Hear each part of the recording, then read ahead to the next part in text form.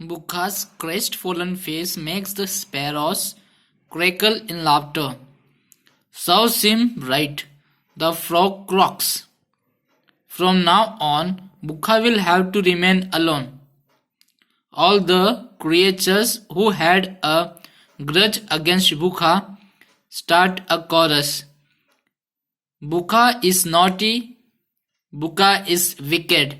Everyone has left बुका।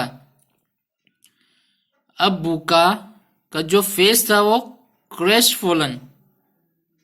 क्रेस्टफोलन का मतलब सैड एंड डिसअपॉइंटेड का मतलब है कि वो उसका चेहरा दुखमय हो गया था।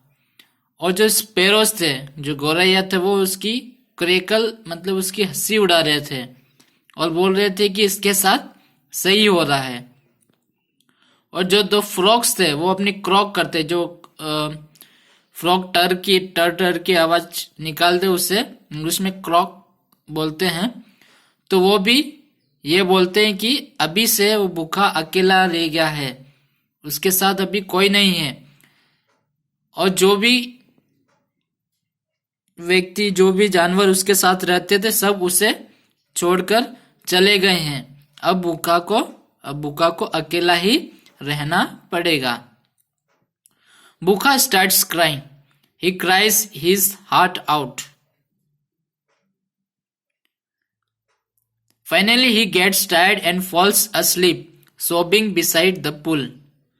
अब क्या होता है कि फिर बुका बहुत दुखी होता है और रोने लगता है। Cries his heart out का मतलब कि बहुत तेज आवाज से रोने लगता है और रोते रोते उसे थकान लगती है और वो पूल के पास में ऊँघाते हुए सो जाता है। Next day when he wakes up, he can't believe his eyes. He finds himself sleeping right in the middle of his herd next to his mother's warm belly. और जब वह अगले दिन सुबह उठता है तब उसे विश्वास नहीं होता है कि वह उसकी मम्मी की बेली या पेड़ के ऊपर लेटा हुआ या सोया है। He looks at the neem tree in front. Yes, the squirrel is flitting up and down the trunk. अब जब वो नीम के पेड़ को देखता है उठकर, और वहां देखता है कि जो स्क्वेरल गिलहरी थी वो पेड़ के ऊपर नीचे हो रही थी। Was it a dream? Buka thinks to himself. और बुका खुद को सोचता है कि खुद को बोलते हैं कि क्या वह एक सपना था। From that day on, no one else has complained about बुका ever again. और उस दिन से बुका की कोई कंप्लेन नहीं आई। So dear students, here we have completed our chapter, Bukha learns a lesson. Now from this chapter, what lesson do we get?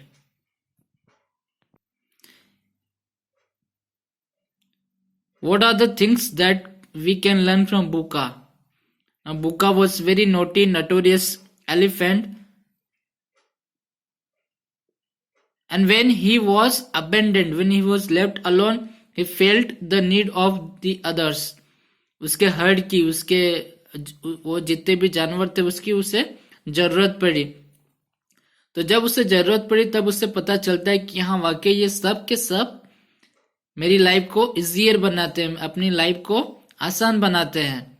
तो ठीक उसी प्रकार जितना भी वातावरण है अपने पास, जितने भी अपने आसपास इन्वायरमेंट है, birds, trees, animals, humans, all are meant for our comfort and they are meant for us to live happily and comfortably. They make a life to live happily and comfortably so that we may not face any difficulties. Due to this reason, we all have to respect each other. और इसी कारण हमें एक दूसरे की इज्जत करना पड़ेगा, एक दूसरे की रिस्पेक्ट करना पड़ेगा, उन्हें सम्मान देना पड़ेगा और उनकी ज़रूरतों को और उनकी भावनाओं को समझना पड़ेगा।